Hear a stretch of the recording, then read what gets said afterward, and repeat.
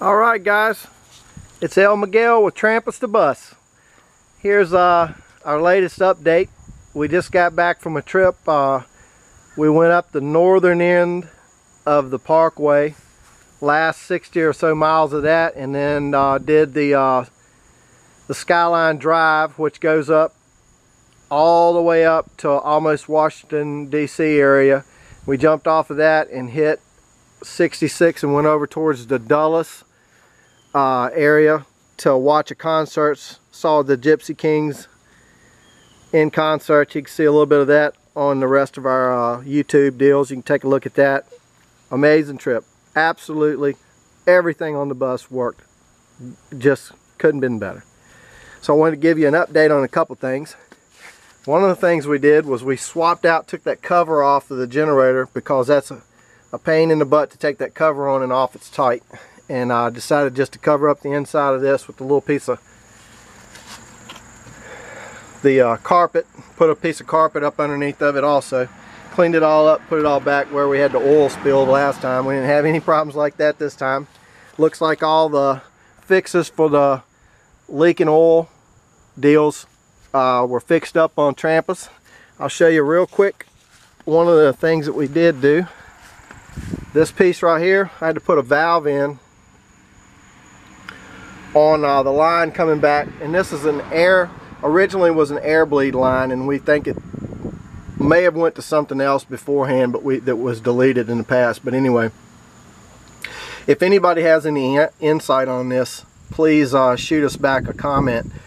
But basically in the book it shows that this line right here coming off the top of that deal right there is an air bleed, and I had originally opened it all the way up and it would push fluid back in, and I was afraid it was foaming the coolant, so I went ahead and put a valve in it so we could relieve the air, and it seemed to make absolutely no difference in the cooling, any of that stuff. So anyway, just wanted to show you that update for that. We changed the oil filters and all that good stuff. I noticed this time, after cleaning out the oil pan and all that and changing the oil the second time, it really made the oil stay a lot cleaner for whatever reason. Not sure on that what the deal is, but anyway, so here's the update. The toolkit is the update. So we've added two things to the toolkit and swapped around a few items. One of them is we've went to an inside and an outside toolkit. So this is the big outside toolkit that has some spare parts down in there.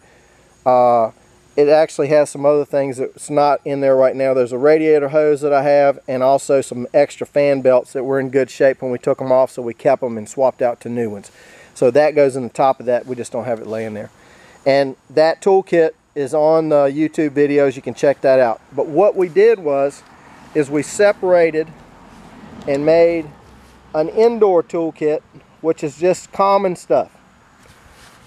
And we added that little item right there, which is a little picker-upper thing. You can see the end of it popped out right there. Everybody knows what that is, I hope. Anyway, we added one of those because I dropped some stuff down in the intake manifold or down into the little cavity below the intake manifold on the bus, and had to get something to take it out, so I decided that might be a good addition. Second thing was a little cleaning brush. The other thing is I put in the oil filter wrench that fits all my filters. I took all the sockets and put them in a canvas bag that came with something. I don't even know what it comes with. But anyway, just sockets and extensions and stuff in there. And we also added a metric Allen wrench to fit the bikes, and I'll talk about that in a second, the reason why on that. One of the things we did was we split up the big set of wrenches and made a small set and a big set. So we kept the big wrenches in the big area, which goes in this bag, and the small wrenches that we normally use on any little bullcrap stuff in this bag. This bag stays inside. This bag goes in the side compartment. Alright, So that's the toolkit differences in a nutshell. You also notice this is a thin horizontal running compressor. This came from Lowe's. It's about $100. I use it all the time in my trailer anyway. I'm not sure that I would suggest that anybody buy this. It's okay, it works good, but it is kind of expensive to keep if you're not using it all the time. For me, it's a tool that I use to make money off of, so it makes sense to use it in the bus. But we added it to the bus just in case we needed air for the bike tires, or for the trailer, or for the bus. If we had a flat tire, I guess you know, maybe could be used. But anyway, I threw it in there. It's lightweight. It's very lightweight. Doesn't weigh much at all. Probably about 7 or 8 pounds, maybe. And it works really good though. For a small compressor, it really works real good. Available at Lowe's. The next thing, the one that I really like, is also a tool that we use in our trailer, in my work trailer, but it's a Poland. You can get the model number off of that right there. Electric chainsaw, and it works great. And we're gonna incorporate this in because we noticed at the campground we went at, sorry for my cord there, hang on a minute. Alright, we noticed at the campground we went to, there was a lot of wood laying around that people couldn't use because they didn't have a chainsaw, but there was a lot of it that we could use that was laying right up next to the campsite that we could drag a piece of it up, cut it up into pieces, and use it in the fire. And other people won't mess with it because they don't have a chainsaw. Well, this thing right here is quiet, and it works like a charm. And I'm going to show you. I started cutting this just to be messing around. I'm going to use this. I know this is dangerous looking, but I apologize. But anyway.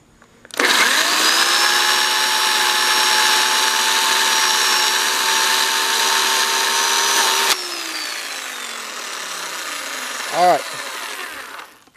Note that that's one-handed holding the camera. So that's an electric chainsaw, and it comes over here, and I'll show you the cord coming up. Plugs into the side of the bus. Plugged in. It's a 50-foot drop cord. I wouldn't run it over anything more than that. Might even be better off to do a little bit more than that, but you know, this is for light duty stuff. That's a Poland electric chainsaw, 16-inch bar. That's a pretty heavy duty one actually when I bought it, and we've used it a lot. We use it to cut deck posts and all kinds of stuff in the trailer. So, and I'm going to show you back here, I'm probably 75 or 80 feet away from any power. So, just want to show you where we plug in at on the bus. That's the plug-in. Nothing hooked up.